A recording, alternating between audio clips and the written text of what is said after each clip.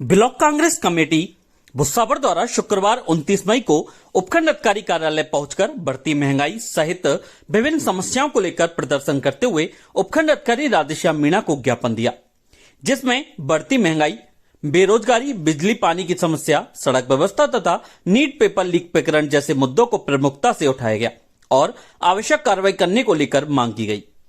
मिली जानकारी के अनुसार उपखंड अधिकारी कार्यालय में कांग्रेसी कार्यकर्ताओं एवं पदाधिकारियों द्वारा शीर्ष नेतृत्व के निर्देशानुसार दिए गए ज्ञापन में बताया गया कि प्रदेश एवं देश में लगातार बढ़ती महंगाई से आमजन परेशान है।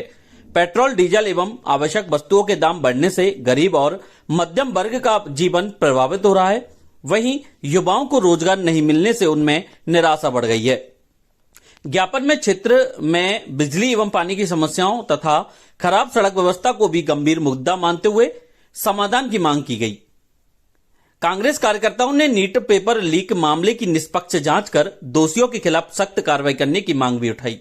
कांग्रेस नेताओं ने प्रशासन से आमजन की समस्याओं का शीघ्र समाधान कर राहत प्रदान करने को लेकर मांग की। इस दौरान कांग्रेस कार्यकर्ता एवं पदाधिकारी उपस्थित रहे, जहां उनके द्वारा केंद्र एवं राजस्थान की भाजपा सरकारों पर जमकर निशाना साधा गया और जमकर नारेबाजी भी की गई। हालत खराब है, पेट्रोल डीजल के दाम आज 100 से ऊपर हो गए, लेकिन कहीं भी ये कहते हैं कि डबल इंजन की सरकार है। आज 3 साल सरकार को हो गए, लेकिन धरातल पे कोई भी काम नहीं किया और कहते हैं कि इन्होंने जो 5 साल में किया हमने 1 साल में कर दिया। करा क्या है? आज धरातल पे कहीं तो बताया कि एक भी काम हो गया हो। और महंगाई कहीं रोकने नहीं रही, एपिस्टीन फैन चल रही है, कोई सुनवाई नहीं। अमेरिका है, उन्होंने इनको पार्टी को दबा रखा है, मोदी को, बिल्कुल कोई भी काम नहीं कर रहे कांग्रेस पार्टी। कस्बा भुसावर से ब्रज 84 कोस पदयात्रा पर गए 35 सदस्यीय श्रद्धालुओं के दल के सकुशल यात्रा पूर्ण कर लौटने पर कस्बे में भव्य स्वागत किया गया। इस दौरान भगवान के जयकारों से पूरा वातावरण गुंजायमान और भक्ति में हो गया। कस्बा निवासी ब्रह्मानंद शर्मा ने बताया कि कस्बा भुसावर से ब्रज 84 कोस की यात्रा पर 35 सदस्यीय श्रद्धालुओं का दल 20 मई को ठाकुर गणेश मंदिर से विशेष पूजा अर्चना कर रवाना हुआ था, जिसके बाद यात्रियों ने गोवर्धन गिरिराज जी में पूछरी के लौटा से अपनी 84 कोसीय यात्रा शुरू की, जिसका समापन 29 मई को भुसावर पहुंचकर हुआ। जानकारी के अनुसार 84 कोस यात्रा ब्रज क्षेत्र की अत्यंत प्राचीन एवं धार्मिक महत्व की यात्रा मानी जाती है। यह यात्रा भगवान श्री कृष्ण की लीला स्थलियों, प्रमुख तीर्थ स्थलों एवं ब्रज संस्कृति से जुड़े पावन स्थानों की परिक्रमा के रूप में की जाती है। मान्यता है कि इस यात्रा को श्रद्धा एवं नियम पूर्वक करने से पुण्य की प्राप्ति होती है तथा व्यक्ति को आध्यात्मिक शांति मिलती है। यात्रा के दौरान श्रद्धालु विभिन्न धार्मिक स्थलों पर दर्शन कर पूजा अर्चना करते हुए ब्रज संस्कृति एवं धार्मिक परंपराओं का अनुभव प्राप्त करते हैं। यात्रा में शामिल श्रद्धालु मदन सैनी, हीरा मनगोटिया, सुभाष शर्मा, बच्चू सैनी, बिशंबर, सीताराम, रामजीत, लक्ष्मण, भगवान सिंह, श्री सिंह, राहुल सहित अन्य यात्रियों ने बताया कि यात्रा के दौरान उन्हें कई धार्मिक एवं ऐतिहासिक स्थलों के दर्शन करने का अवसर मिला। उन्होंने कहा कि यात्रा ने उन्हें आध्यात्मिक ऊर्जा प्रदान करने के लिए के साथ साथ आपसी भाईचारे, अनुशासन एवं सेवा भावना का संदेश भी दिया। यात्रा के दौरान विभिन्न स्थानों पर श्रद्धालुओं द्वारा सेवा एवं सहयोग किया गया, जिससे यात्रा और अधिक सुखद एवं यादगार बन गई। कई युवा अपने बुजुर्ग परिजनों को विभिन्न माध्यमों से यात्रा करवाते दिखाई दिए, तो कई बुजुर्ग जो अपने जीवन के 80 से अधिक वसंत पूरे कर चुके स्वयं पद यात्रा कर देते नजर आए।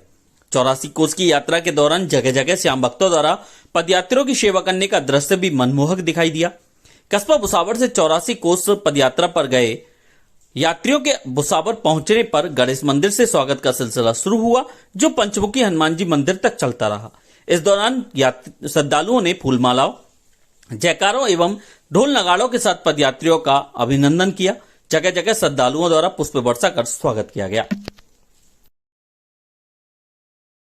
उपखंड भुसावर के गांव बारौली में कई वर्षों पूर्व पेयजल सप्लाई के लिए बनी आकाशीय टंकी पूर्णतः क्षतिग्रस्त हो गई है, जो वर्तमान में हादसों को न्योता देती नजर आ रही है, जिसे लेकर ग्रामीणों ने विभाग सहित प्रशासन को अवगत करवाया और भविष्य में होने वाले हादसे को रोकने को लेकर कोई ठोस कदम उठाने के लिए मांग की है। गांव बारौली निवासी अतर सिंह आदि ग्रामीणों ने बताया कि मूसेपुर सड़क मार्ग की ओर गांव बारौली में बनी आकाशीय टंकी करीब 35 वर्ष पुरानी है, जो वर्तमान में पूर्णतः क्षतिग्रस्त हो गई है और आए दिन इसमें से सामग्री गिरती रहती है, जो भविष्य में बड़े हादसे को न्योता दे रही है।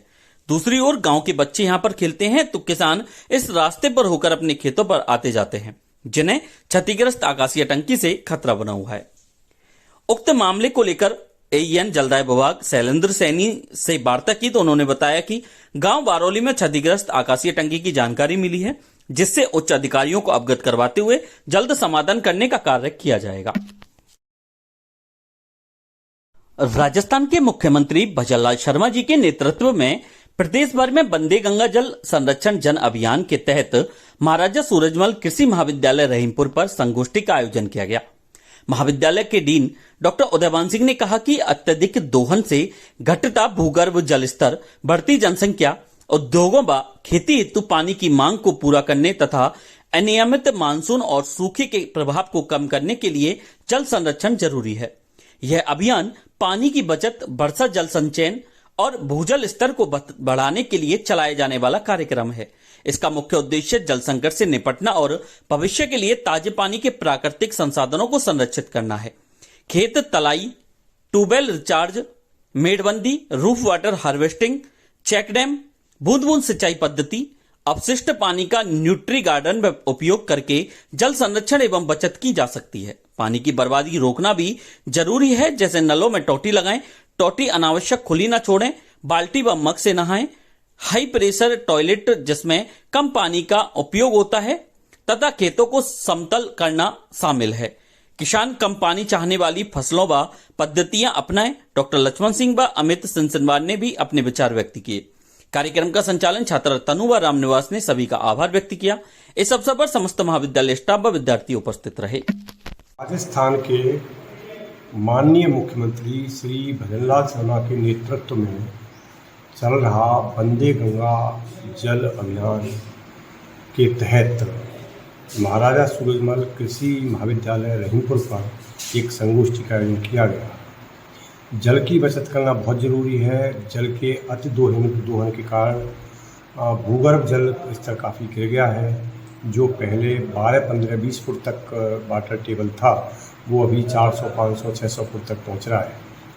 नदियां सूख गई हैं, नदियां गंदी हो गई हैं, इसलिए हमें वर्षा के जल का अधिकतम संरक्षण करना होगा, चाहे खेत तलाई बना कर करें या फिर बूंद बूंद सिंचाई पद्धति से करें, और जो प्राकृतिक जल स्रोत हैं उनका भी पुनरुद्धार करना बहुत ज़रूरी है। जल के बिना न खेती संभव है न जीवन, इसलिए ये आज की आवश्यकता है कि हम जल की बचत करें, टोंटी को खुला नहीं छोड़ें, या टोंटी खराब हो गई है तो उसको ठीक कराएं, या फिर जो अपन आम जीवन में भी जल की बर्बादी करते हैं उसको रोकना जरूरी है। धन्यवाद।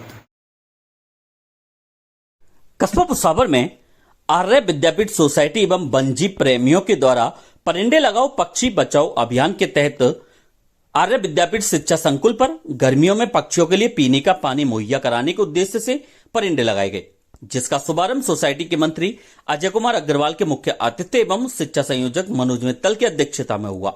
मुख्य अतिथि अजय कुमार अग्रवाल ने कहा कि पक्षी मानव के मित्र ही नहीं बल्कि परिवार के सदस्य हैं। ये पर्यावरण को शुद्ध रखने में अहम भूमिका निभाते हैं और धरती की शोभा बढ़ाते हैं। उन्होंने कहा कि गर्मी के मौसम में प्रत्येक मानव को इनकी रक्षा व सुरक्षा पर विशेष ध्यान देकर पीने के पानी उपलब्ध कराने के लिए परिंदे लगाना अवश्य चाहिए।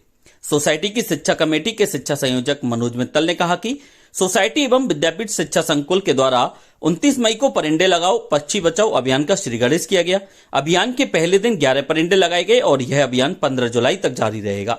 इस अवसर पर विद्यापीठ के व्यवस्थापक निरंजन लाल पांडे, प्रबंध सचिव संजय अग्रवाल, लेखाधिकारी अमृत मित्तल, भंडार व्यवस्थापक ब्रजेश जिंदल, कनिष्ठ लिपिक धर्मेंद्र सोनी, इलेक्ट्रीशियन अनिल गर्ग, महिला सुरक्षा अधिकारी लक्ष्मी देवी आदि ने परिंदे लगाए और अभियान की सफलता के लिए कस्बा भुसावर सहित आसपास के गांव में परिंदे लगाने का संकल्प लिया।